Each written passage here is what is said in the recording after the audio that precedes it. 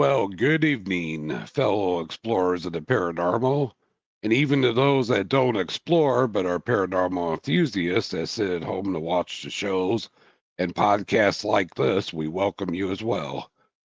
Tonight's show is going to be very interesting. I'm your host, Greg Myers, and KD is normally the co-host with me, but he went out on an emergency electronics call for where he works for, and has to go out and fix something. Of course, the paranormal mad scientist, but it's not paranormal related. This one's actually work related, but he's going to be in his studio very shortly. But until then, we have his lovely wife, KT, filling in for him. So if you want to come in and say hi, KT.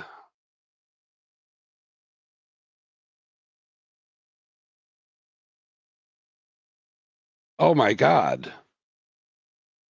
The mad scientist is here. There's KD. So I guess he's in taking over. I want to apologize for the delay of starting, too. What in the heck she got going on here? Well, we thought we were live and we had to back up and restart. we're doing a do-over. You're good. Thank you. Love you. So there he is, the man himself, KD, the paranormal mad scientist. Hello, everybody. Well, welcome, thank you, Kate. Oh, you already did that. So and thank your lovely wife. Thank you, Katie. You need to bring people on. Love you. After all, this is a podcast, so. Coffee, hon? Yes, I'll bring it. Thank you. But we have variables in play. But we have two amazing guests. We have Dave Glidden, which has been in the paranormal for 20 years, and he does a phenomenal amount of work. A lot of documentaries, YouTube channels. We'll let him tell you about some of it, or KD, but KD could just bring him on in to let him say hi and tell you himself. Say hello, David. Hello, David.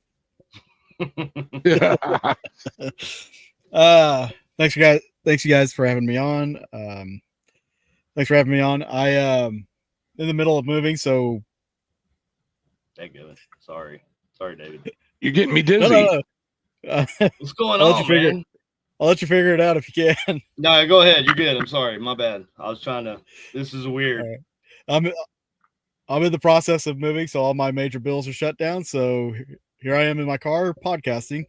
But no, I have. Glad. We'll take you any way we can get you, David. I told you I'd be on here. By God, I'm going to be on here. By God, you're here. Well, that's how good the paranormal pays people's bills. See, Dave's living out in his car now. So, yeah.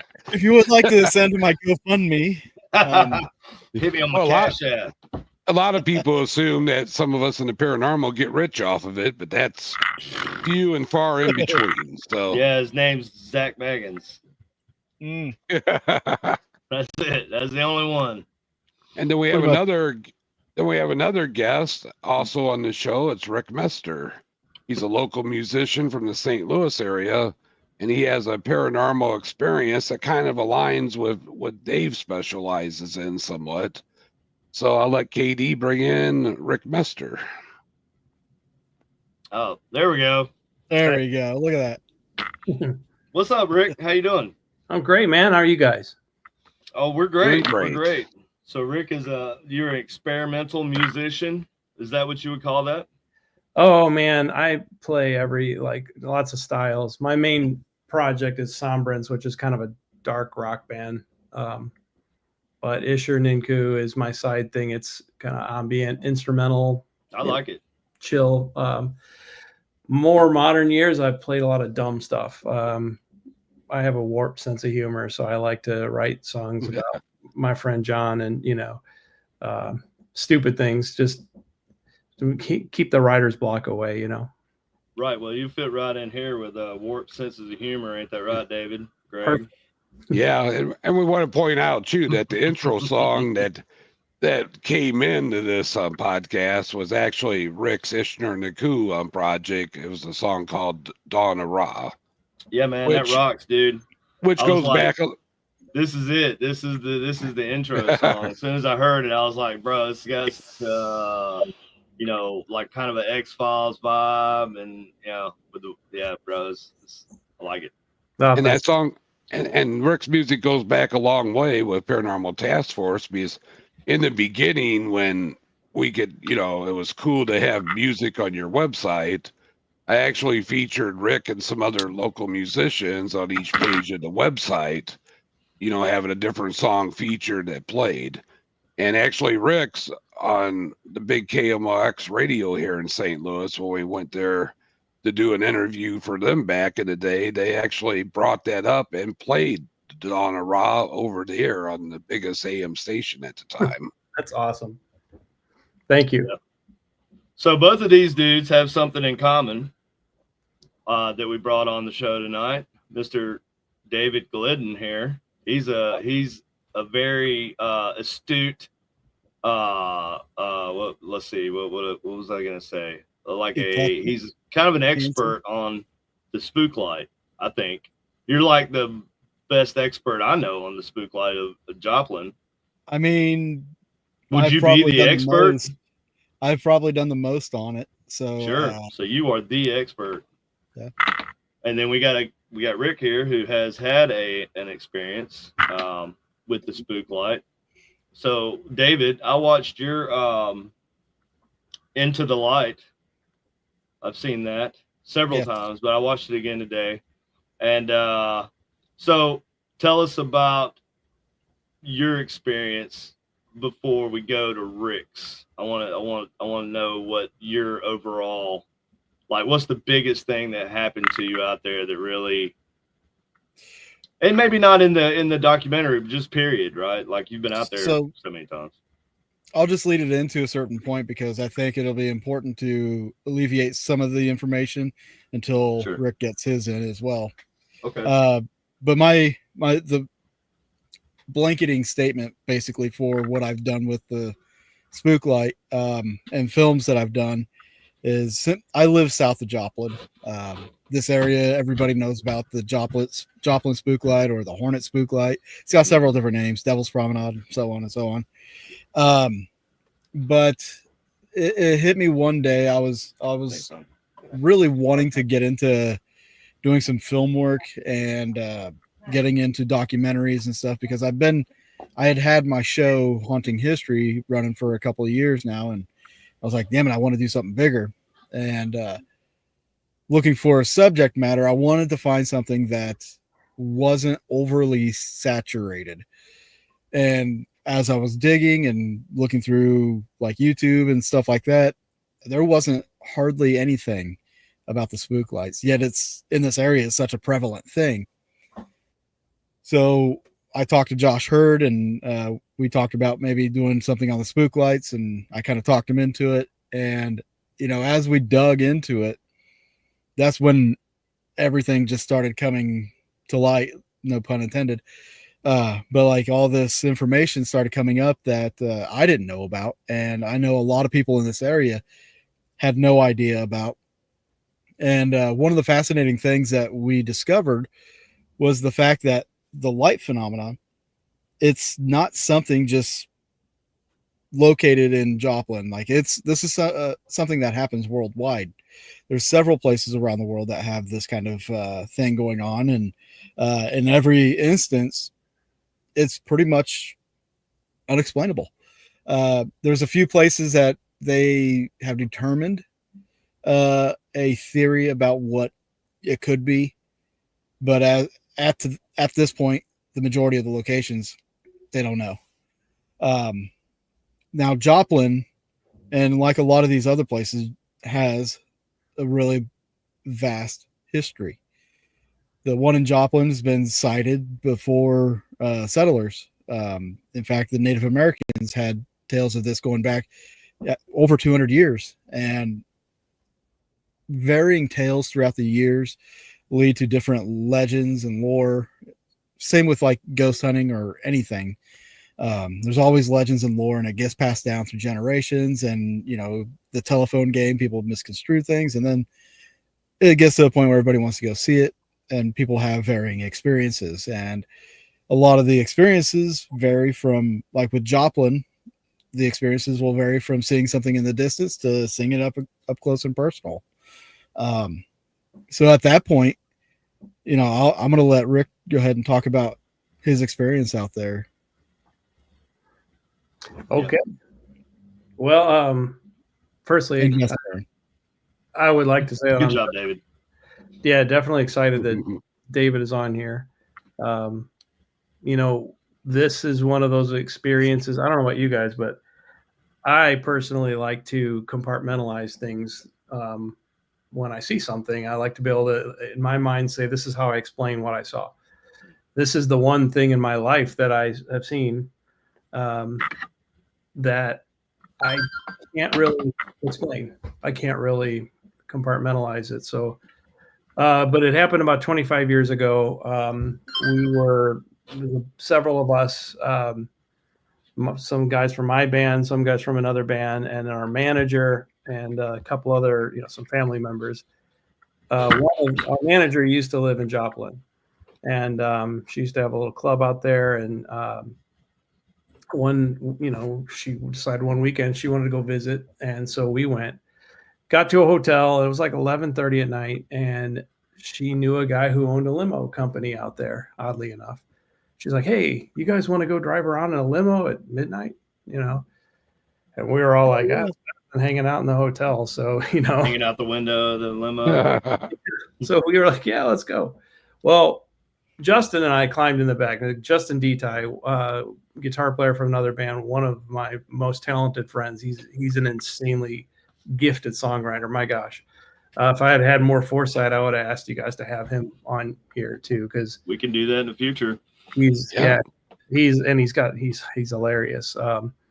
But Justin and I were like, oh, hey, a limo. So we climbed in the back, and they had a Nintendo in there. And so we're playing Nintendo hockey. Just to us, we're thinking, this is the coolest thing in the world. We're playing Nintendo in a car, and it's 99 or 2000, whatever. Felt like Biggie Smalls. Yeah, we thought this is. And so meanwhile, the grown-ups were in the front talking, and they started saying, hey, let's go see the Spook Light. You guys want to go see the Spook Light? Well, Justin and I are like, I don't even know what that is. So we don't care. We're playing hockey back here. So they start taking off, and we ended up on this gravel road. David, you might even know what gravel road it is, but it was like Justin and I, we every once in a while we'd look up and we're like, man, we haven't seen a house forever. And this is just woods and gravel. Yep. And we're like, what is the purpose of this road? Where does it go? Because there's no houses, there's nothing. And after a while, we got bored with the hockey, and we started just looking out the back window of the limo. And it was right around then that I saw it and he saw it. We both were kind of like, I don't want him to think I'm crazy. I don't, but it felt like it was a star. Because, out there in the country, you could just see the sky. It was beautiful, like just nothing inhibiting it. But all of a sudden, it felt like one of the stars just went, just and started. It was like it was following us. It was at a distance. And we were both like, what is that? Now, mind you, of course, there's no drones at this time that we're aware of, like there was no cell phone. We didn't have cell phones to take pictures of anything. Not 99. Yeah. And there was no properties or anything. There was no street lights. There was nothing. So we're like watching this thing going, what is going on? And the limo guy, I wish I could remember his name, but he was like, oh my gosh, that's the Spook Light. And Justin and I are kind of like, oh, okay. And it's just like following us. And so he crests over this hillside on this road and just stops on it, like parks the limo, shuts it off. And Justin and I are like, all right, let's get out. So we get out, and we're just kind of standing there on the gravel road. And I don't know, like 30 seconds later, the thing comes up over the hill, and it's like above the tree line. And it's like this, I can describe it like an orb of light, and it was liquid like, and it just flowed freely. It moved in ways that, if it was not modern times, you could say, well, it's a spotlight. Somebody's just moving, because it moved too freely. Right. Yeah. But back then, and it made zero sound, and we just sat and watched it, and it just sat there. It lit up the area because it was dark. There was nothing, no civilization, just this road, and it lit up the area. We weren't scared or anything. We weren't like, freaked out. We were mesmerized. We're like, what is this thing? And I mean, it's not dark here right now. This thing is lighting up, but it didn't go below the tree line. It just sort of like danced around there, just all the way around. And man, it wasn't like 2 minutes. It was there for a little while. I mean, we were like, it hung out. Well, then he goes back over the hill. The limo guy, we all hop back in the car. He turns around and starts driving over the hill, and it's over there, and it just goes all the way back up into the sky. So we're like, oh, that's wild. Okay. So he turns around again and starts going the other way. And then it starts following us again. And it comes back down out of the sky. And Justin and I are like going, what is going on? What is this thing? So we go through the street, the road, and it goes to another like hill. We pull over, do the same thing, get out. This time it doesn't come. This time it was gone. And, we were just kind of sitting out there and waiting for it. And it didn't come back. But to this day, I'm like, I don't know what it is that I saw. So did you have like, so you didn't have any kind of, there was no kind of vibe that came with it for you? No. And I mean, honestly, both myself and Justin were, in bands. Well, we're both believer, Christians, and we didn't feel like, I didn't feel any sort of like demonicness or anything about it. I didn't feel any sort of threat. It was, I can't say that I even felt that it was sentient or anything like that. I don't know. I truly don't know what it was. I kind of fall in that weird place between Mulder and Scully. Sure. Where I can Skeptical believer. Believer. I want to believe. You're like, I want to believe that there's some stuff that I can't explain, but I also, like with Scully, I'm going, there's a way to explain it. Sure. A paranormal agnostic. Yeah, exactly. Yeah, skeptical believer is what I like to say. Like you believe in the possibility, the potential, but yet you're skeptical. Most times it seems like for lack of experiences. What's up, David? Go ahead. Sorry. I did have a question about that, about your experience. Like if you remember back, do you remember if there was any illumination bouncing off any of the trees, or like any kind of light reflecting back? Like was it putting off ambient light? Yeah, like it lit up the area. I can't say that there was like bouncing. I mean, it felt like, somebody turning on a pretty big light, but it wasn't like any light that I know of now. Cause like in and of itself, it was liquidy, undulating. Right. Yeah. And it wasn't a perfect form all the time. It was, perfectly. And it moved. About how close do you think it came to you guys? The trees weren't super tall. So let me guess, maybe 25-30 feet up they were. Oh wow. But it didn't come down below the tree line, which says, I don't know what it says, but there was no, because one of the first things we were starting to look at was like, is some farmer out here like shooting some kind of like flares or something? But there was no anything. There was no houses. There was no civilization. It was just woods. Yeah, why would somebody just be out there to set you up just out of nowhere with a flare in the sky? I don't think that would. I mean, you might have a really good buddy who's willing to go to that lengths, but I doubt it. I don't even. That was. So another thing I was wondering would be like, did you notice like any interference with, like, say you guys were playing the Nintendo? Did you guys notice any interference with electronics? Anything with the car? Feel any static feel or anything like that? That you can remember? No, and actually it's funny because I don't know if you guys, Justin actually is watching right now, so it's pretty cool. This is Justin. What's up, Justin? Is he on? Well, no, I just threw his name up there. And okay. Yeah, he can be. I mean, I can send him a link. Yeah, you can send him the link and drag him in. I'll take a break, and because that makes. Oh, we can all five be in here. We can have a fivesomes. That would be the link. Amazing. Well, I gotta go potty. Anyway. Oh, weird. We'll break the seal. Right. Yeah, and Justin pointed out in the chat there that in the very end it actually did split into two. Right. And that's cool. So David, what do you think? Like, have you ever talked to anybody who had an experience that close? Actually, yeah.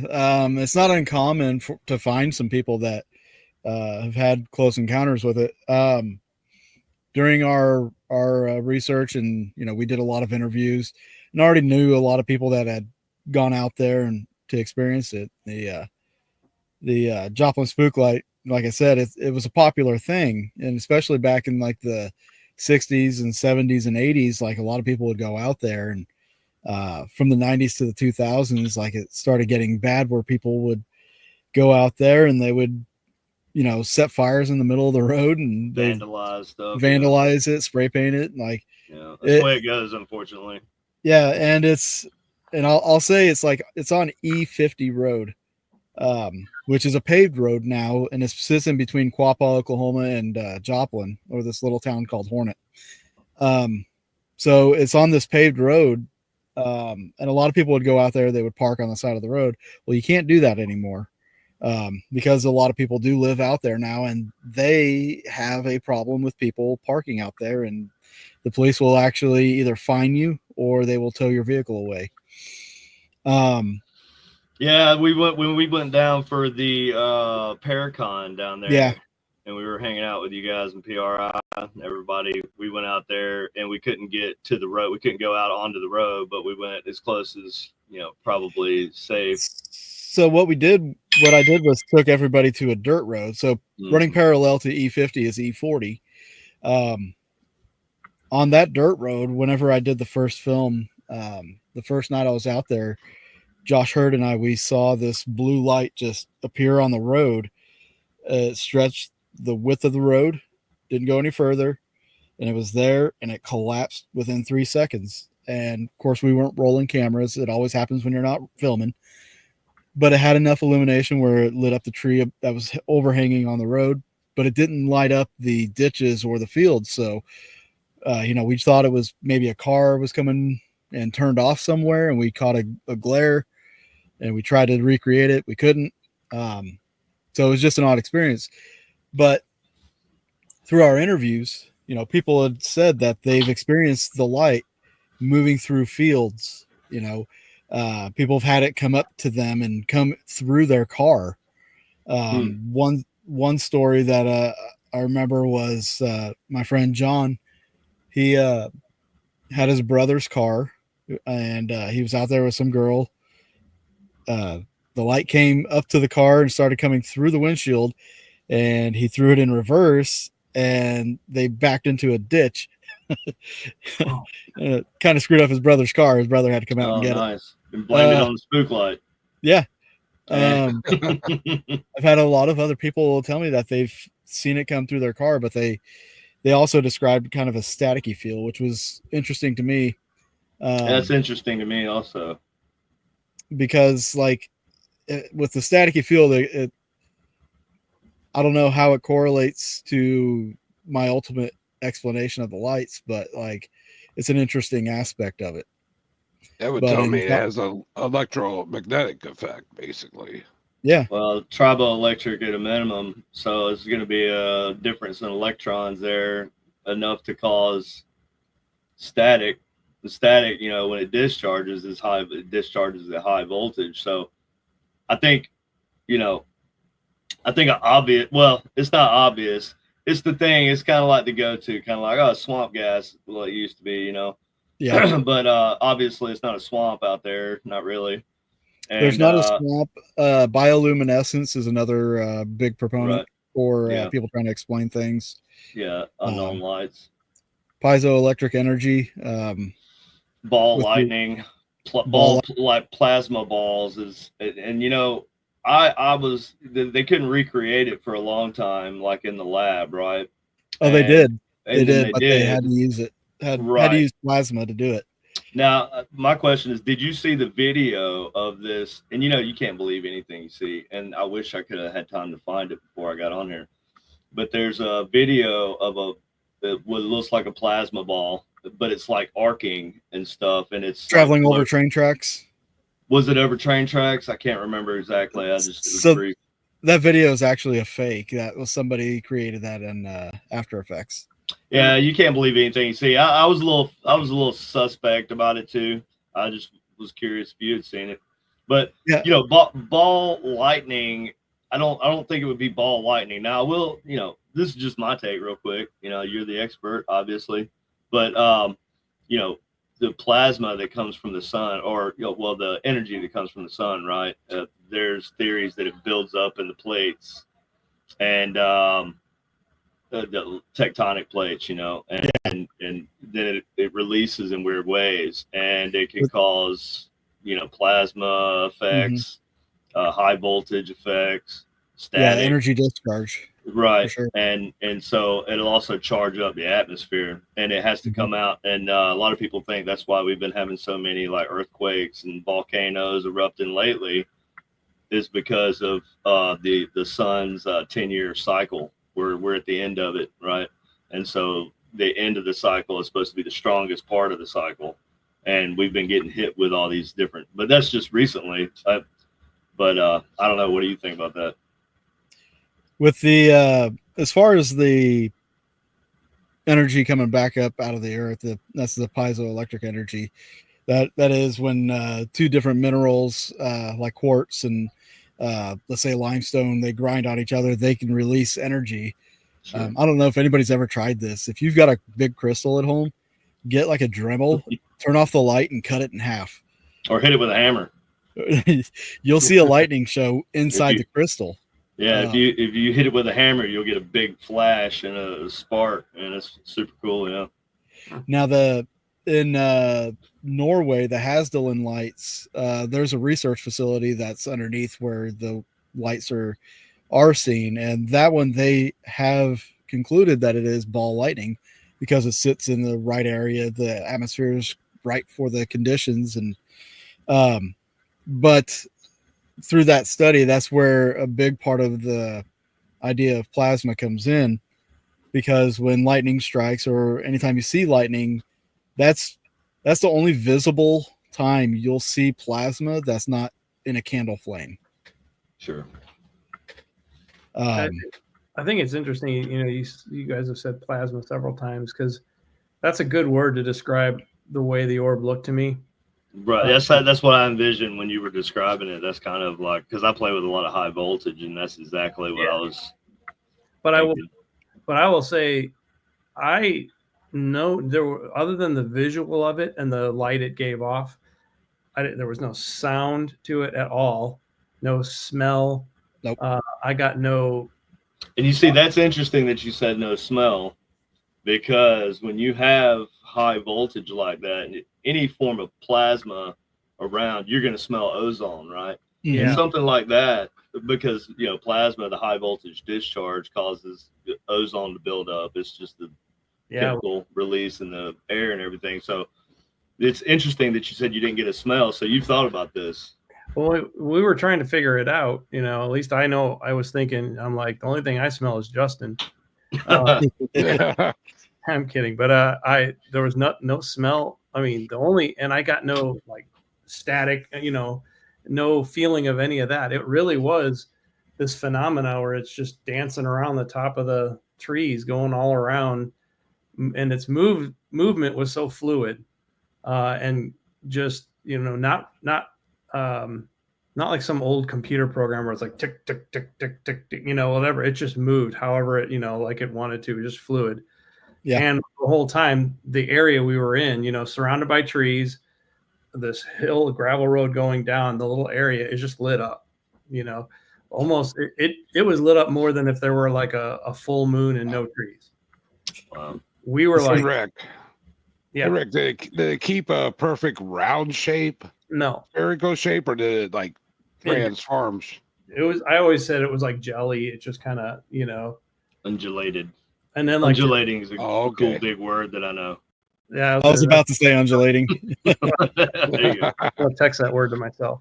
But like Justin said, then at the very end, you know, it split in two. And so I think that kind of takes a little bit away from, like, you know, there was no, here's the light and then there's a ray to it or anything like that. It was literally pitch black everywhere except this light, and then it lit up the area. You know, and what I found the weirdest is when we tried to chase it, how it literally within just a split second was shooting up and into the stars. Like it was just that fast. It was just gone. And that is the thing with the Joplin Spook Light. If you approach it, it actually moves away from you. Do you think that means what do you think? Do you think that means it's intelligent, David, or do you think that that's just some sort of effect that like the atmosphere just period has on it? Like if you go, you know, like let's say a static charge, right? Let's say you go to grab a styrofoam cup and you got a little static charge in your hand and the cup slides over, right? Or think about two magnets, how you can reverse polarity, you can push them away. Yeah, it could be something to that effect. But I wouldn't say there's necessarily intelligence behind it. Based off of the things that I've experienced and researched, you know, I think what we're seeing with the lights is the back end of another phenomenon. And where are you going with this, David? Ask. Where are you going with this, David? Okay. The spoiler alert, we're gonna get into some of this talk from Into the Light too. Well, don't spoil your video. Everybody who's watching that's fine. It's needs been out to go for watch years. the video. It's been out for 4 years, but that doesn't matter. You need to go watch it anyway to get the full girth. They can see the process. So on Into the Light 1, you know, after we filmed it, you know, we went out to the Brown Mountains and captured some amazing stuff. And this is one thing I wanted to point out too, was with the idea of plasma, the density of this plasma has to be thick enough to create enough density to where it can reflect heat and temperature and light. At the Brown Mountains, we were actually able to capture one of them on a thermal imager. And if anybody knows anything about thermal imaging, it's not like you can't just it sees IR. It's basically seeing heat, and it's got to reflect that heat back. Right. Yeah. Yeah. So like if a beam goes out and it stops and it hits something, it's going to pick up that object. If it goes through that, like say air or, you know, looking through water, you're not going to. But this had enough density to where it actually showed up on thermal imaging. We caught photographs of it moving, long exposure shots. We actually got video of it moving out at the Brown Mountains. There was another guy, speaking of the Brown Mountains real quick, and you said you were using thermal imaging, right? There was I can't remember his name. I think it was another guy. It wasn't Josh.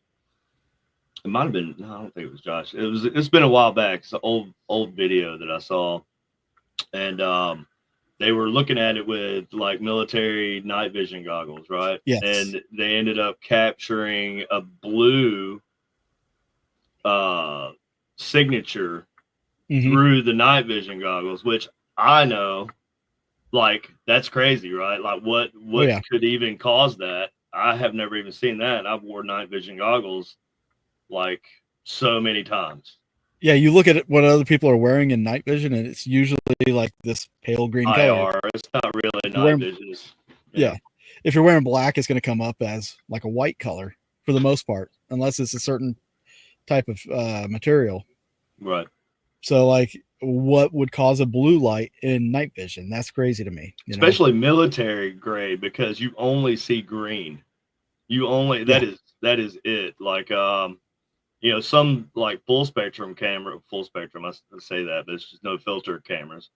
They'll pick up, it'll look black and white, but then it might go purple, and then it'll go, you know, it'll kind of go in and out with the lighting in the room, right?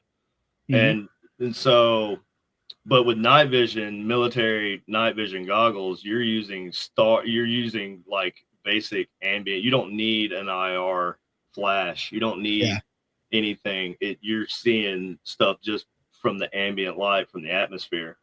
Yep. And that's pretty crazy that they captured like a blue signature on the Brown Mountain Spook Light. And that was one of the reasons we actually went out there, was because I had seen that video, and you saw it too. I knew that this was going on out there, and nobody knew anything about it. So after we filmed out there and the film was over and everything, that's when I read up about the creation in the lab and everything. So I had a podcast called Paranormal Frequencies, and during the time we were doing the podcast, one of our episodes was on CERN, the Hadron Collider. And at that time, they had released an article talking about how they're opening up like these little black holes, these tiny black holes. But whenever they would do that and they'd collapse it, there would be trace elements of plasma being left behind, which I thought was fascinating because it just doesn't happen. Sure. So we get into black holes shouldn't just happen either. So yeah, that's you're gonna get that, That's so moving into the light too. One of the locations we went to was the Board Camp Crystal Mine down in Mena, Arkansas, and they were experiencing lights, but it's a crystal camp, so like you can mine for crystals there on the property, and you get that kind of energy. But when we got there, it just takes this big left turn, because not only were they seeing these balls of light, but they're experiencing other phenomena. One of the things was around the time they started seeing the balls of light, their son came out, and they had a stage built out there, and up on the hills where they call the event site, they were all three sitting out there watching these little lights. But all of a sudden, these 3 beams of light shot up from the event site about 300 feet into the air and were cut off at the top. They were there for about 10 seconds, and then they were gone. And when they went to investigate it, they found out that all the tools that were up there, the metal fence posts, everything was magnetized, and there were scorch marks on the trees. They don't know what. They thought somebody was out there with a spotlight or something, which would be very hard to do. You'd have to have a pretty strong spotlight too to do some scorching, or like a maybe a laser, like a superpower laser, maybe UV laser. Yeah. IR laser maybe, so you didn't see it. So that there goes a little bit beyond the spook lights. But in my head, being a paranormal guy, one of the first things I think of is, well, if it's cut off at the top, then there had to have been something up there for it to hit. So if there was a craft there, perhaps they were seeing some kind of UFO activity. Well, then they started taking us on a tour of the property, and they started showing us Bigfoot habitats, things that you would see in a Bigfoot show, like trees being pulled over and interwoven into other trees, unnatural formations, rocks being stacked, rocks being lined up on logs. The craziest thing that I saw out there was it was probably about a 20-foot section of a tree from the base of the trunk to the top, up inside, like up in trees that were on the edge of a 30-foot cliff. Like somehow this tree got put horizontally in the top of trees at the edge of a cliff. They don't know how that happened. I have no explanation for it except for a tornado, maybe, but supercell, maybe. I don't know. It's crazy. Crazy. But during our process of filming, we go to the libraries, the local libraries. We try to dig up history, and we try to figure out, what some correlations are. And one of the things that I started uncovering was that in all these locations where we see the spook lights, there are high volumes of either Bigfoot sightings or UFO sightings or both. So then this kind of got my mind wandering, because the guy that owns the camp, their thoughts were that Bigfoot was an interdimensional being. And I'd heard this a lot. I'd talked to people that had the same theory. But if Sasquatch has a different formation in its brain that allows it to alter its reality, quantum theorists think that even we can alter our reality with our minds. But let's say Bigfoot is actually capable of this. What if Bigfoot is able to open up a rip in time and space, and that's why they disappear when you pursue them? Or when you're taking photos and they turn out blurry, what if it is distorting the reality around it? And that's why it turns out blurry. So if we set that piece right here, and then we look at aliens, UFOs, I don't think that they would be traveling at light speed and dodging all these asteroids and planets and things like that to get from point A to point B. You'd have to open up a wormhole or some kind of rip in time and space. Yeah.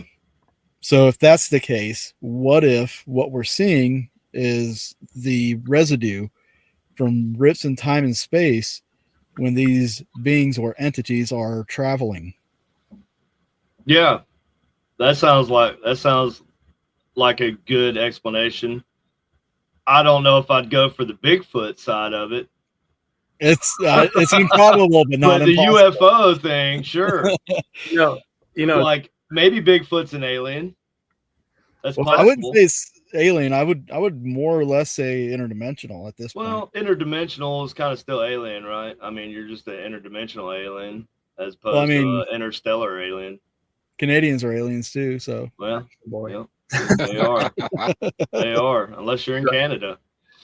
I know I mentioned before we went live, one of my favorite theological teachers is a guy named Dr. Chuck Missler, and I discovered him by accident because I was searching for alien stuff related to the Bible, and he does a briefing pack. You guys might want to look it up. I think you can get it on YouTube. It's called Alien Encounters, and he used to work in naval intelligence and stuff. And so he would talk about the stuff they would see on radar, where it would be doing the speed of sound and it would do a right turn angle, which is not possible in physics, right? Anything in there would be dust. It would, and so he talks about it, but he talks about, of course, it's the idea of the interdimensions. And these beings like angels, fallen angels or whatever, are not the same as us. They're interdimensional beings. They can skip through these dimensions and such. It's fascinating. It's older. It's an older video, and he's probably wearing a plaid suit. But that's G clothing right there, right?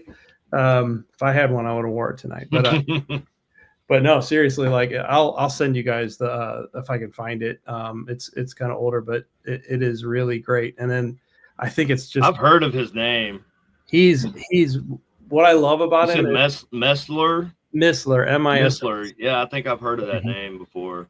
He's like, what I loved about him was, so and full disclosure, I'm a Christian, but I grew up in the church. But I always wanted to know, there are things in the Bible that'll say like, God will say, like, I'm the first and the last. I always have been and I always will be. And you're like, well, that's not possible. How can that be? And I'd ask my mom and she'd go, oh, well, you'll know one day. And I'd be like, well, that's not good enough. I wanted to know the answer. Well, Dr. Missler actually answered a lot of those questions for me as I went, because he's very scientific. Mm-hmm. He passed away a few years ago.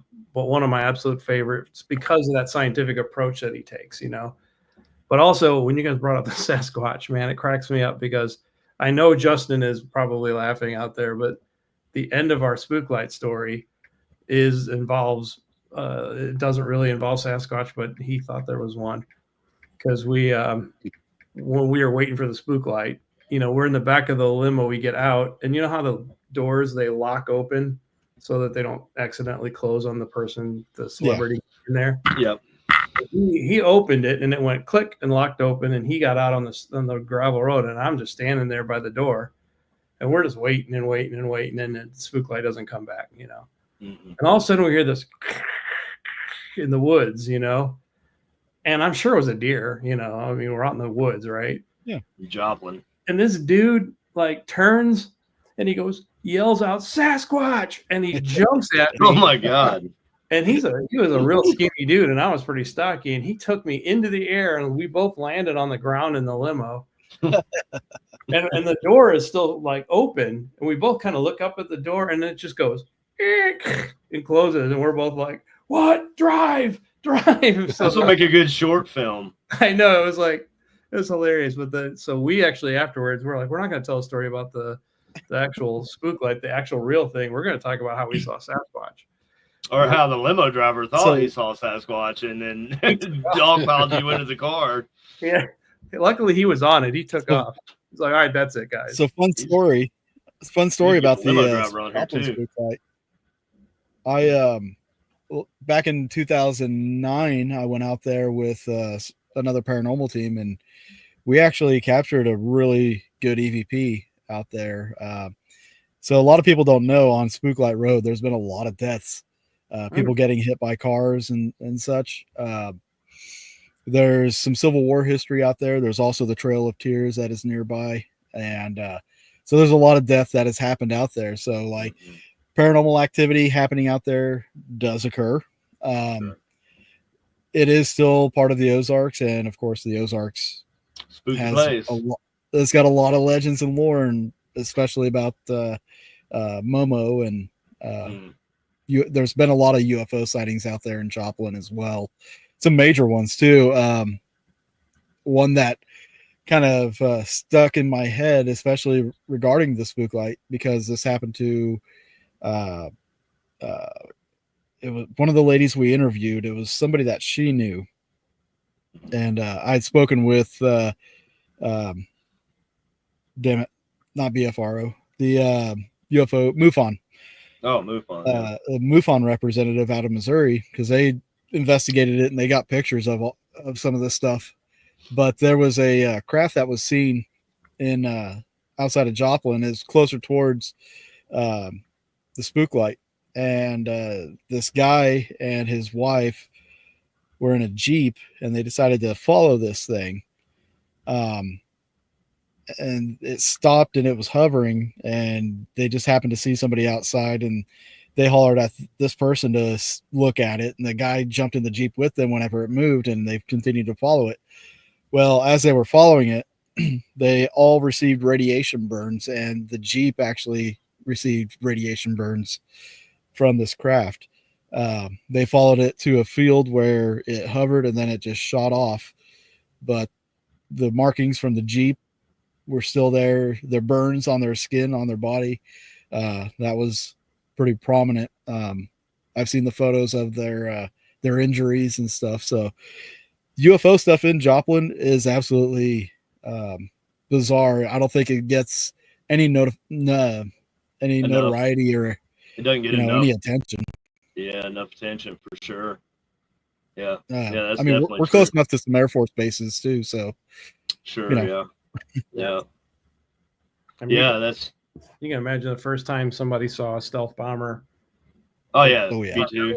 Like what the heck is that? Yeah. Well, that explains. That does explain away a lot of UFO sightings, and that time frame when it was being developed and everything, and nobody knew it at the time. But the government's perfectly fine with letting everybody's imagination go wild. And that's 100% of the time. It's like a lot of these guys that come out to disclose stuff, they're probably doing that on purpose. They're probably still with the government. They're like, hey, Yeah. go ahead and tell them Okay, so I have a theory on that. There's the misinformation theory, right? And that's kind of what you're saying there. Yeah. But then there's also like with Bob Lazar, for example. I know we're talking about the spook lights, but you start talking about UFOs and all that comes together. So, like Bob Lazar, I believe Bob Lazar believes what he's saying, right? Oh, yeah. I believe just looking at that man and watching him, and then just all the interviews he's done over all these years, and his story stayed the same, as wild as it is. Mm-hmm. But and I'm not saying I don't believe what he said, but perhaps he was made to believe these things. Perhaps they pulled the wool over his eyes. Yeah, and made a big production. If for so many people to believe that Stanley Kubrick filmed the moon landing in a studio, so if you believe that, how much of a step is it to believe that Bob Lazar was basically fooled by Hollywood props and everything else, and the stuff that he worked on was just maybe high tech, whatever. The only chink in that armor is the element 115, I think it is. I think that's the number. Yeah. Yeah, no, But that is a point. There's a lot. That's not the only chink. There's several chinks in the armor. Yeah. There's several problems with this story. What problems with it being the government telling him, misinformation, pushed onto him and without his knowledge.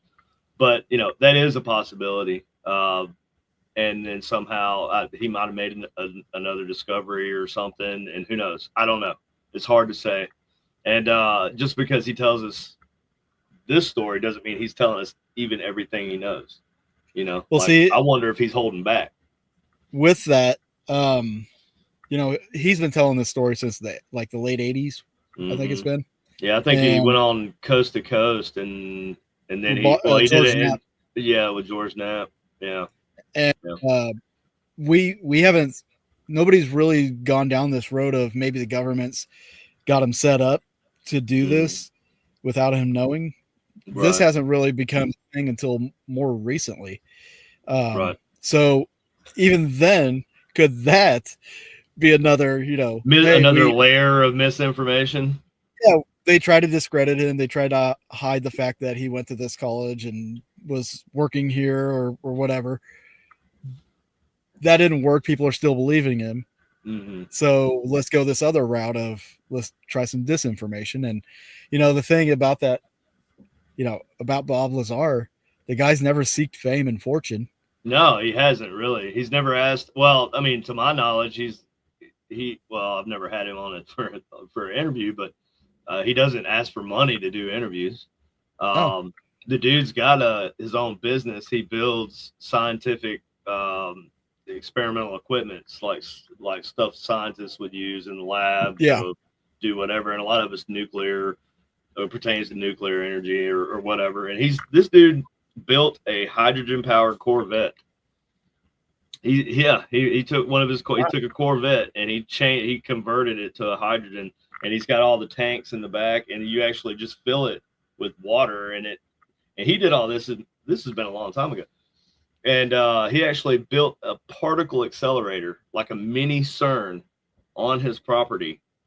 And it's crazy, dude. I can't remember the name of the video I watched, the interview that they did, and they walked through his lab and everything. But that dude's grinding away still to this day. And he's not like some, wahoo who he's very credible. There's a documentary I don't know if it's come out yet or if it's about to come out with him. But in the documentary, apparently he got raided by the FBI. Mm-hmm. And the idea was that he actually stole some elements or unobtainium. Some stuff that he wasn't supposed to have, and that wasn't available from this planet. Mm-hmm. What they call it? Was it called unobtainium? Something like that. Yeah, it was element 115, but I mean, I think it was. They called it unobtainium, or maybe I saw that in the movie. I don't know. This was supposed to be something that helped like these crafts drive or something, some kind of time, part of the propulsion system, or however they warp space time to travel from one place flux capacitor to another. Basically, that's what it is. It's the MacGuffin. That's what we're looking at here. Is the MacGuffin, like you would have. Got it from O'Reilly's. Plot driver. So dude, did you see that? Did you see that on O'Reilly's? I don't know if that's still on there anymore. If you haven't, go on the O'Reilly's app or the website and punch in what is it? 1.21 gigawatts or something, 1.12 gigawatts, and it will bring up a flux capacitor. And they're out of stock, unfortunately. Always. But that's cool. So your basic so what you ended up with is sort of like extraterrestrial interdimensional interference in our space, basically. With the spook lights, it just boils down to rips in time and space, what is coming from, whether it's happening naturally or by some being. They just happen to be coincidentally happening in locations where there's high reports of Bigfoot activity or UFO activity. Well, I mean, and it makes sense. And also, here's the thing: could like if aliens were visiting, right, and they wanted, I would think of them as kind of like the government. If they don't want us to know, they're going to make us think something different, right? And so they could pop in throw a little light show out there for you, so you're distracted, so you see this thing and you're not actually pulling a sleight of hand, basically, or or they are interdimensional in the sense that they exist in a dimension that we can't see them, but they can see us. And like you said, we are just seeing the residual effects of them interfering or crossing or kind of interacting with our dimension. Yeah. I think it would be similar to like a fish in the water. If you reach into the water, and you're displacing water.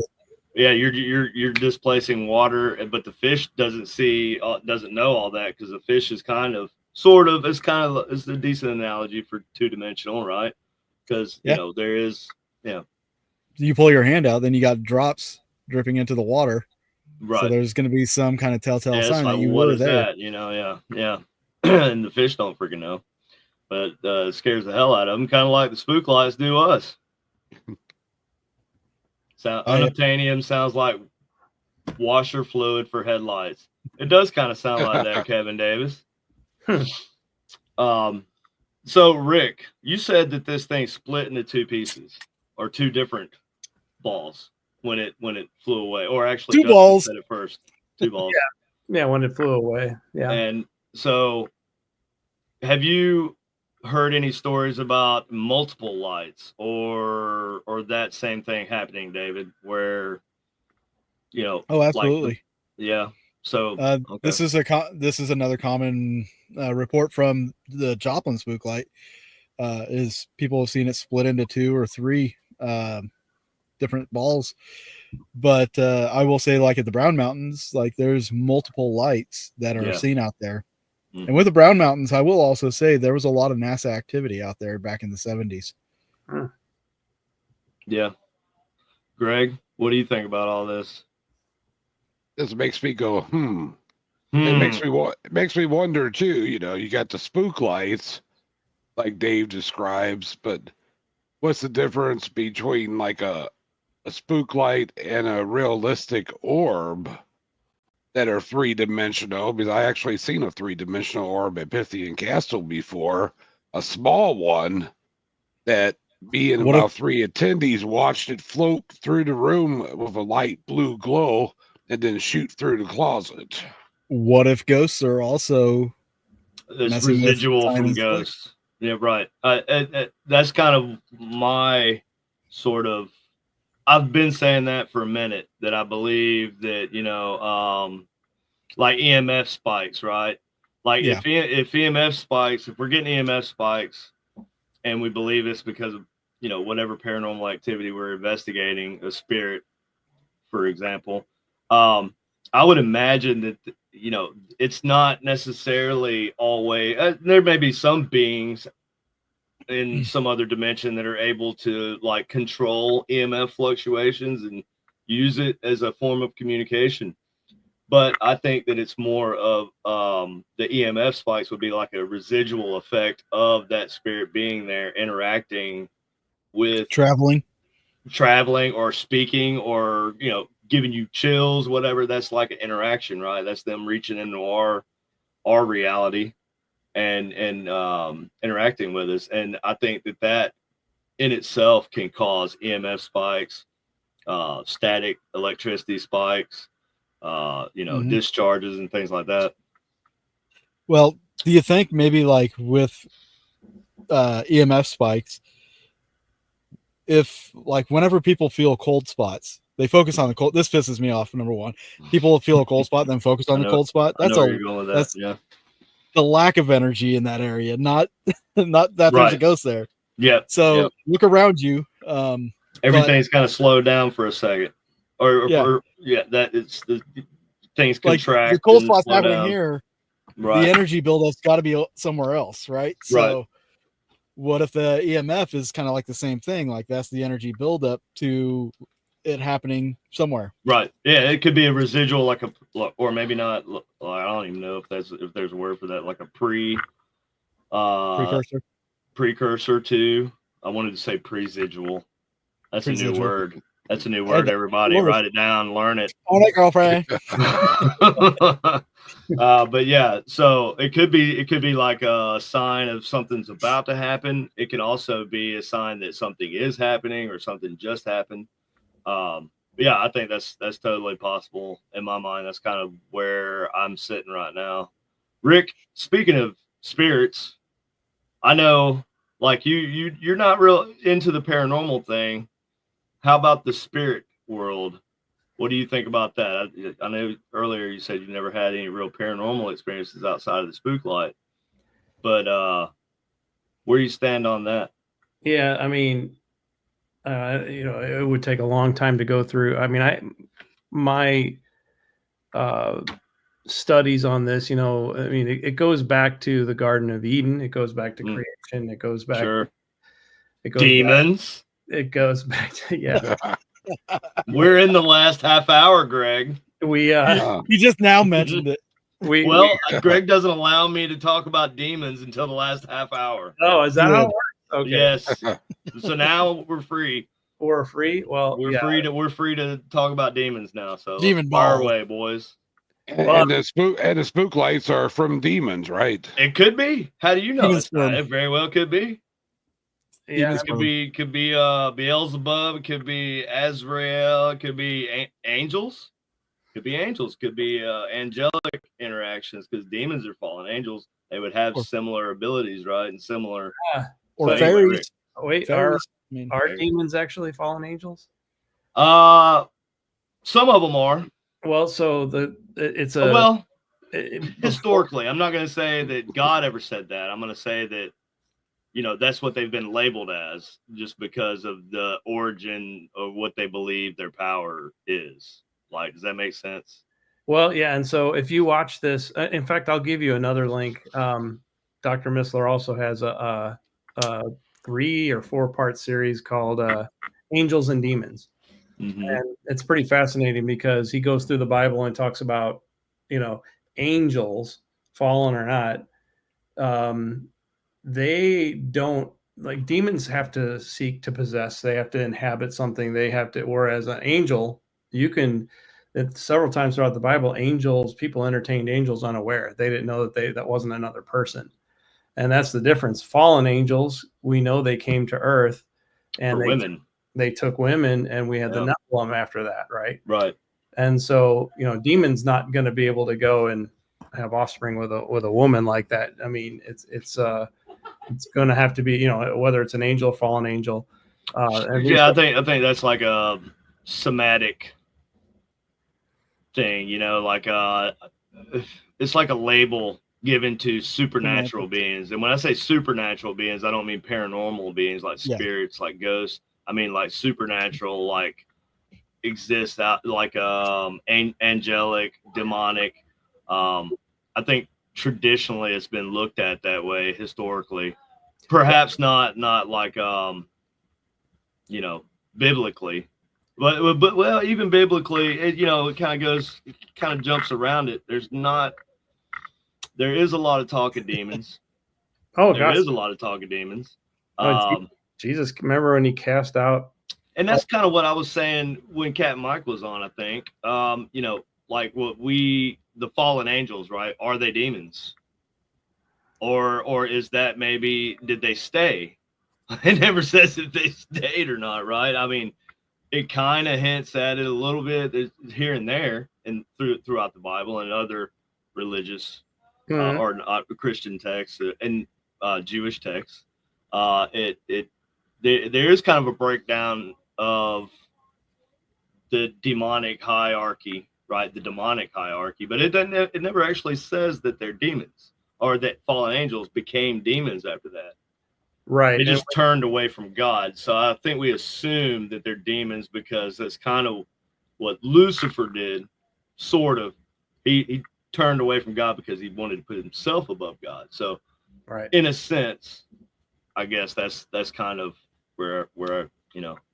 Yeah, because the Bible does show, where demons are, Jesus cast out demons. They wanted to be, they said, well, and they even said, hey, are you come here to, destroy us before the time? And they said, send us into the pigs. And he said, okay, fine, go to the pigs. And then the pigs ran off the cliff and killed themselves. Right. So, yeah. I think the thing is with you have the Bible talking about how Peter, the book of Peter, Jude, they quote back to the book of Enoch, and they talk about the book of Enoch. Now we're talking, and we start talking about these fallen angels, and the Bible, the actual Bible, the canonized Bible says hey, these guys are bound in chains under Tartarus now. That's where they're at right now. Well, they're not out here haunting the earth; they're bound in chains underneath the earth, and they're awaiting their judgment. Some would argue they're getting it now, but the book of Enoch expounds on it and says each one, hey, they taught the humans cutting of roots. They taught the humans this, and they taught them all this stuff. Almost like a pantheon of gods, right? Almost like a pagan type belief system where you have like what is it? I can't even think of the word. There's something theistic, where you have multiple gods. Polytheistic. Yeah. Polytheistic. There we go. So yeah, it's that's interesting to me when I learned that each demon, like that was, they were, but that was also the fallen angels. Mm-hmm. And so that's interesting to me. And also, like speaking of the Bible, like the book of Job, right? When Satan goes before God, and God says, wherefore hast thou come? And he says, from roaming to and fro upon the earth. You're like, okay, so the devil's never been to hell, apparently, or he's not there. He's not bound there, right? And so you have a lot of angels that also seem like scary as hell, right? Like they're scary. Like Abaddon, right? Is it Abaddon guards the pit, the bottomless pit. And so this is all crazy stuff. And I've got Abaddon over a spirit box before. Could have been a religious radio show, I don't know, but I know I was asking if there was something here, and this was in a house where somebody close to me had died just like the day before, and I was in the house. There was some weird stuff going on. One of my relatives asked me to, I don't want to give names out, but one of my relatives asked me to come in with a box and a spirit box and see if I could figure something out. And I went in and I asked who's here. And I got Abaddon, and I was like, okay, that's all for today. Well, let me get this, KD. So, KD, let me get this. You have attorneys who chase ambulances. Mm-hmm. It sounds like you chase. I do not chase. Only when requested, sir. I can see you being a hearse chaser with your gear. I did have a hearse. True. Yeah. Well, is it KD Huff? Dr. Missler has this theory. That's messed up, David. He had this theory that demons are the disembodied spirits of the Nephilim, which distinguishes them from fallen angels. And they're also called unclean spirits, right? They are referred to as unclean spirits. And so, I tend to think that the stronger hauntings that we have, like the stronger stuff, what's been described as, poltergeist, or when somebody gets burned or scratched, something's thrown across the room. Basically, when things are interacting with us on that level where they're manipulating objects and they can actually reach out and touch us. I seem to think that that's something a little bit more than just the spirit of a passed on human. Now, that being said, so you know about Enoch, right? So you're very familiar. Mm-hmm. And so Enoch went on to become Metatron, according to the Jewish text, Megatron? right? Metatron, but Now we're talking he about actually Transformers. it says in the Bible, it says in our Bible, in the Christian Bible, I'm a Christian too. It says in the Holy Bible that it says they took him up into heaven, right? It says he was not. Yeah. Right. And right. And so, but then, I can't remember, is it the Talmud or it's the Book of Enoch, right? The Book of Enoch actually goes into a little bit more depth on that. I can't remember which book it is, but it basically lays out that he became Metatron, the scribe, and all this stuff, right? Now, if you believe that, I'm not saying you do, but if one did believe that, then one could also believe that possibly a human could become a demon. Yeah, I don't believe that a human could become a demon. The souls of man. So if you believe that the Nephilim themselves, I almost said Fields of the Nephilim, like goth band. If you believe the spirits of the Nephilim, see, it goes back again, ties back to the beginning of creation. When man sinned and the earth became broken, and man became broken. Death entered into the world. All of that. Well, God came in and said, "Here's the plan of redemption. I'm going to do this." Well, then Satan's going, "Oh, well, I've got time to thwart this. What am I going to do?" Well, God said, I'm sending the Savior. I'm going to send the redemption through the seed of man. It's going to go through the seed of Adam all the way through David, and it's going to be, of course, it's going to, that's the idea. Well, Satan's going, well, that's easy. I just need to taint that line. So let's get some fallen angels to come in here. And so when the Bible talks about Noah, it says, and in the days of Noah was perfect in all his generations. Well, no one was perfect. We know that. Right. But what Noah wasn't, his generations weren't tainted by the Nephilim phenomena. So when we look at the Nephilim and we think, that says that the Bible says they were the mighty men of old, the legendary men. Well, they were giants. Yeah, giants. They could be. We talk about Greek gods and all that. Well, what if those were Nephilim? Right. And they were eating people. Right. I mean, this is well, if all of a sudden all the lines of man were starting to be tainted by this race of hybrids, except Noah's, well, then God comes along and says, I'm killing everybody except starting over people. Yeah. And so thwarting Satan's plan to taint that, so that the redemption can't come through the line that God already prophesied. Well, of course, Satan ought to know that, hey, look, if God's prophesying it, then he already knows it's going to happen. He knows the beginning from the end. You're actually going to lose. So I don't know. I mean, I guess you got to try. I don't know. It feels like a lost cause, but Right. So, but I digress. I mean, it's a long thing, and it is a long thing. It can get very, very tangled, and it's easy to get even sidetracked and off on some other topic of it, and then you end up God knows where, and that's kind of the shroud over it that kind of blurs our logic when we go into thinking about stuff like that. It kind of goes along with that. A lot of rabbit holes, man. David, you ever seen a demon? Just my ex. Oh, damn. Sorry, dude. I'm sure everybody else I am just so everybody knows here, Pair X, I am reading the chat box. Ha ha. It's just rude to put it over his face while he's talking. I don't want to put it over their faces while they're talking, Like I'll go into a thing here at the end where I go through and I look at comments and everything, but I don't want to cover everybody's faces. But I am definitely reading the chat.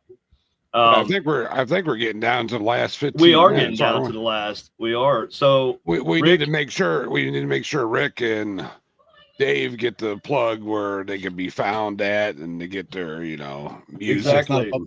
Okay. Rick, yeah, not that kind of plug, David. All right. Bad boy. Well, Rick, some of those type of plugs have a spook light as well nowadays. Yeah, they do. That's definitely a spook light for sure. That's spooky.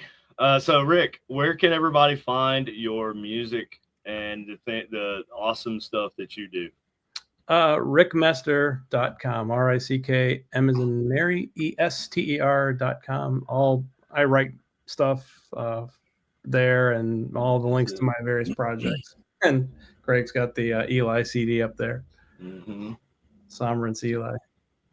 It's very cool. It's good stuff. And if you like the intro song, it is from that Ishur Ninku. Yeah. And that's a banger, man. I dig that. Yep. I appreciate that, guys. I really do. All these years, it's oh yeah. Look at Rick. Yeah, look at that hair, man. That's nice. That's a nice there. That's a nice head of hair you got there, sir. No gray, man. All right, David, where can everybody find you at? As if we don't already know. Mostly on Facebook. I've been trying to stretch out into other social media, so I've got an Instagram now. Nice. I don't really use it, but I try to. I haven't posted to Instagram in a long time. But you have your YouTube channels. You have Haunt Ed. Ghosted. Ghosted. It used to be my haunting history channel. I just rebranded. You confused me. This Saturday on Dark Realm TV, if you've got Roku or Amazon Fire Stick, subscribe to Dark Realm TV. New episodes of Ghosted will be releasing starting Saturday. I went on like a 12-day road trip and filmed like 9 locations. So all those locations got filmed for the show. So go to Dark Realm, check it out. There's a 7-day free trial if you want to check it out. It's not very expensive. It's like $4.99 a month. If you subscribe for a year, it's $50. So it's not that expensive, and you get nothing but paranormal content and some wrestling. Cool. I also paranormal wrestling. I'm only watching wrestling if David's doing it. Play some Battleship though. Well, we're gonna do that, bud. I'm gonna figure that one out. But the one of the biggest things though I've got going on this year, I am booking events for the Midwest Mystery Tour, which is basically you go ghost hunting with me, and you get to participate in some of the experiments that I run during the investigations. It's like no other ghost hunt you've ever been on. Nice. What's been crazy is like people that have been skeptical are believers. People that haven't had experiences but are believers, they end up with experiences. We've had some bizarre results where people are seeing the same entity at locations. It's crazy. If you want to get tickets, I have one event set up right now for the Old Park Hotel in Texas, Bollinger, Texas. Mm-hmm. You can go on Eventbrite, just search for Midwest Mystery Tour, get your tickets for that. You can actually get a ticket for the investigation, or you can get for an overnight where you get to stay at the location after the investigation. You get your own room. It's pretty awesome. But yeah, that's pretty much my spiel. Yeah, when you said mystery tour, I would think you get some people to meet at a parking lot, and they're gonna go on. Oh a tour. Lord! And you put hoods over their heads, and then you drive them for hours to a haunted place. I thought this was going in a different direction, dude. That's not a bad idea. Different direction. I did not know what direction you were headed with that when you talked about getting a bunch of dudes in a parking lot. I was like, oh no, where's he going with this? Greg, that's really not a bad idea. Is kind of doing a fake kidnapping. Yeah, that sounds like a great idea. Well, a haunted mystery tour. Let me know how much the insurance. They don't know where they're going to end up. Yeah, no doubt. I hope nobody's packing. But what I predicated. What I predicated last year's tour events off of was fear, and how much that influences the investigation. Yeah. So like one of the locations I did was the Carpenter's Mortuary, which was a haunted house attraction, but it used to be a mortuary. And as soon as everybody got there, I let them all know, hey, guess what? You're going to be going through the haunted house attraction in operation with all the haunters, and you're going to go one at a time. and everybody went through, scared the crap out of them, put that energy into the atmosphere, and then we had a great That's night. a good way. I like that. Yeah. So doing the fake kidnapping, you take them to a location, you put a bag over their head and They did builds some that. fear. That would There's do some good kids too. did that on YouTube recently. It didn't go over too well. Yeah. So I'm gonna plug my stuff right here. Ooh. Good lead into that. Shut up, David. God dang it. So Tracy Rizzo. Dang it, he plugged it. I'm gonna plug it. Tracy Rizzo says, KD, how can I get a hold of you about equipment? You can message us on Supernatural Inc. on Facebook. You can message me basically there. You could holler at somebody on the PTF Facebook page if you can't get a hold of me there, but you should be able to. And Is that all yeah, it takes we got to get the a hold of your YouTube. equipment? Yeah, to get a hold. Yeah, you just never ends with you. Question: No. You have an Instagram? I Like didn't Dave say does. that. Tracy said that. I just read it. Okay, I just read it out loud. I do have an Instagram. Basically, all the social medias. I'm on there. TikToks, Instagrams, but some of TikTok is KD Knox Stafford, and yeah. So, and then Greg, got some stuff you want to throw out there? I think I can. Give me a second here, real quick. Of course, on the PTF side, we have to plug because we scheduled this at the last minute. I had to wait for the Minot Britain Historical Society board to meet, but we're going to be doing an overnight ghost adventure in Potosi, Missouri. A lot of our attendees, they love it. They keep coming back, and that's on Saturday, September 27th. And you can see where to get tickets here and on Eventbrite. And Katie's been there before, so yeah, I love that place. It's a mining town. It's 3 different places we rotate the people. There's only 30 attendees, but 3 buildings that we split them in groups of 10 and rotate them through. And there's even a cemetery area, weather permitting. Oh yeah, this place is super cool. Yeah, I love it. I like the Long Bantha House. Me and Jerry's had a lot of good times up there. He's got. It never ends with you. That's because you have such a dirty mind, David. Can't just speak normally around David Glidden, y'all. But tickets basically this went on sale and they're gonna go quick. So if somebody wants them, they want to jump on and get it before they sign or sell out. You want to say something about that, David? You want to? Nope. Somebody wants some? You better jump on it and get it. I ain't jumping on it. So that's PTF. That's PTF. I do got a question for Rick. What's up? Go ahead. I know off. I going back and forth for Rick before this. I know Sombrance is coming out with some new music. Are they ever go on tour again? Oh man, probably. Sombrance is kind of just me now. We had a band for a while and then we kind of got old and didn't want to practice anymore. And now I just kind of write songs. So yeah, there's a new album, probably about 75% done. It's going to be called Nearing the Veil.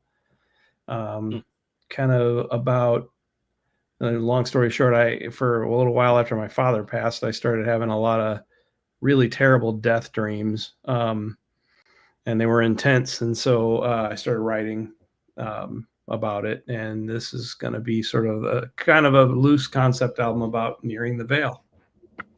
Awesome. Wow, I look forward to that. Yeah, me too. I'm going to check that out. And Dave, are you going to be doing another sequel to Into the Light 3? Because you got Rick here that you could use on that as well. So last year or the year before, I think it was the year before, I attempted to try to do something in regard to ITL 3. I have the idea. Everything's kind of worked out really, except, getting funding for a film is quite difficult. But I do have some things in the pipeline that I would love to talk about, but I cannot. Real quick. Although... Everybody in the chat, if you have any questions for David Glidden or Rick, punch those in now. and we'll get them in. I'll give everybody 5 or 10 minutes here. I don't want to hold Rick up too long, or David. I'm sure they'll let us know when they gotta go. Yeah, I don't have to do anything. With Into the Light 3, in regards to that, one of our biggest goals, and this stems from ITL 2, we really wanted to get back out to North Carolina and go back to the Brown Mountains. We have this plan that we want to attack different mountains and coordinate a team. So like whenever we do see the Spook Light, that we can actually send a team with drones and go towards and try to collect data with in regard to those locations. We really want to get up close and personal with the lights. That's the goal. The closer you can get, the better it'll be, and the more information we can garner from that. And I think at some point there's going to be a time for that. It's just not right now. But I think that is in the future. Yeah. You know, I'm sorry. I was going to say, with new technology now and the new drones, you could actually go chasing the light. Yeah, this is what's bizarre is like if you watch the Skinwalker Ranch show, a lot of the stuff that they're talking about they're seeing lights out there, and a lot of what they're talking about is exactly what I've been talking about since 2019 in regard to the light. It's pretty interesting what's going on out there with their light situation. But like you said, the technology is changing and it's improving, and if we can get closer to the light, the closer we can get to it, the more we can study it. And again, that's going to be something that's going to be kicked down the road. Some other things in the pipeline, which Katie will have to talk about. Yeah, David, you've hollered at me about working on some stuff with you, and I've always told you I'd be glad to. I've got something Tracy, big for you coming up. I'm sure. You do. You always. I thought you were going to say something dirty. Yeah, Tracy Rizzo says you guys have to get closer to SC, South Carolina. LOL. Well, Tracy, there's something in the works. Boom. I'm going to leave that there. I'm not going to say it will be close just yet. But can I guess? No, you cannot guess, David. Aww. Don't do it, because anybody that could. There's people that will know. Okay. Can I guess? No, because you know stuff. You know sure stuff, David. At that point, Greg, it's not a guess; it's a no. Oh, I see. David knows enough to where he probably knows. Linda Scott. Linda Scott says that was great last year, but I can't make it. 9/27. Oh, well, we'll miss you, Linda. Kim Bareski says, love the church and graveyard. That's at Potosi. Yeah, it's awesome. That graveyard's pretty spooky. Tracy. I think this was for you, Rick. Death Dreams from Grief. Yes. Yeah, that's tough, man. You know, that actually, Tracy, maybe the mill. That's not saying too much, because there's lots of mills in South Carolina. But that reminds me, you talking about death dreams. My grandfather, and I still don't know if this was a dream or if I actually saw it. But when I was a little, I guess I was maybe 7 or 8. A little guy. I was a little dude, and my granddad died. And I called him Poppy, and so he died, and it was crazy. I, didn't really obviously know anything about ghosts or anything at that point, and but I woke up in the middle of the night, and I still remember it to this day. And I looked towards the bathroom door, and when he was dying, he had cancer, and when he was dying, he was like skinny as a rail. We basically had to help him do everything, but he would I remember being a kid and being in that room, and he would shuffle down the hallway, and he would just be in his underwear in his tidy whitey underwear, and they would just hang on. It was a very grim sight, actually, but it didn't really scare me until I saw it after he died, and I saw him come through the doorway. And, to this day, I don't know if it was a dream or if it was real, but I can tell you, and he was just lit by everything was completely dark. TV was on, at midnight it cut off. And this is why I think it could have been real, is because it was just so vivid. I even remember the, just static on the TV. Right. And, cause you get the on Sunday night, you get the national anthem, and then they'd shut it off. Right. And, it would go to static. And, so I seen him walking through the doorway again, but this was after he died. And so that freaked me out. And that's possibly my first paranormal experience that I can recall. But yeah, that's crazy, man. And, that affected me, whether it was a dream or not, still to this day, affected me. So, maybe a death dream is I don't think that was a good way to help me cope with his death. If he was trying to do something, he definitely screwed that up. But, in other people's cases, it's a way for others to help us cope with their loss. Maybe a last goodbye. Maybe it's a way of our brains working it out, our subconscious working it out, or whatever. Yeah. But anyway, that's kind of, I can relate to that. After my brother died when I was 16, I had a dream, an extremely vivid dream, where it was like Christmas morning, and his kids were at the house. We're all doing the gift unwrapping and everything, and there's a knock at the door. Open it up, and there he is. And he tells me that he's fine, he's okay, don't worry about him, and all that shit. Very vivid dream, so vivid that I woke up from it sobbing. And I kind of attribute that as a not a catalyst, but a part of why I do what I do, because I had that dream, and what's going on the other side, where you can come back and do that to somebody. It's interesting. It is interesting. Yeah.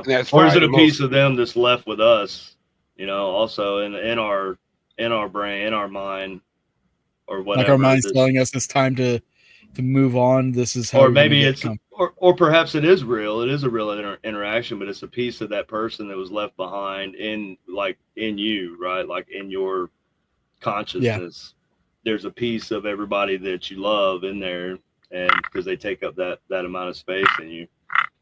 But that's also the most common type of paranormal experience listed, is those type of situations, death crisis, from family members. Speaking of that, Tracy Rizzo, well, this is an interesting one. I saw my grandmother as a werewolf type creature in a dream after she passed. Scariest damn thing. It fit her personality though. That's a light, scary light note, sort of. If that's her personality though. Yeah. I mean, that's what I've said before. Dude, what are we like when we go through the death process? Are we on the other side? Are we more transparent, what our nature is, and what does the death process do to a person? A traumatic death. If you're raped and murdered, strangled in an alley, what would that do to a person? If let's say a person lives through that, right? Let's say they're not they come close to death, but then they don't die. You're going to be traumatized for the rest of your life. You're going to suffer from PTSD. You're going to have traumatic stress from that point forward. No matter how much counseling you get, you'll never. And so, what would the actual death process, if it happens to us like that, what would that do to us? And what will we be like on the other side? It's an interesting I think you would find peace after. Perhaps. But perhaps. I have a question for everybody else, too. And, Rick, you're out of Springfield, right? St. Louis. St. Louis. That's what I meant. Close enough. Started with an S. There's an S. There's an S, yeah. Are all of you going to the Crossing Realm conference on the 19th No. in Richmond? No, I don't get invited to fun stuff. What? No. Every once in a while I get invited to something, but I don't really. I haven't done any kind of Paracons in over a year. It's been over a year since I went to a Paracon and spoke or did anything like that. I kind of took a break because we hit it too hard there for a while. Start showing your boobies again. Yeah, I know. I show a little leg. But so what's up with that at Richmond? There's a conference. Yeah, Blondes and Booze. They're doing a conference out there that I'll be speaking at, but I know there's gonna be some really cool people out there some people that I've never met for once that are gonna be out there. So it's gonna be interesting. And I didn't know if you guys were gonna attend or not, but no, probably not. Just because I don't really, I work. I have like a full-time job, so I don't have a lot of off time. But when I do, I spend it with PTF.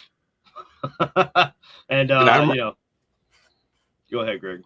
I was going to say, I'm retired and I'm taking a back seat in the paranormal starting next year. That's why KD's taking over PTF.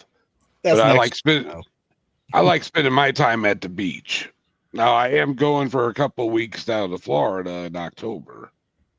And you give me that or a dark, dirty, haunted place or a paranormal conference, I'm going down to the beach. Greg, for as long as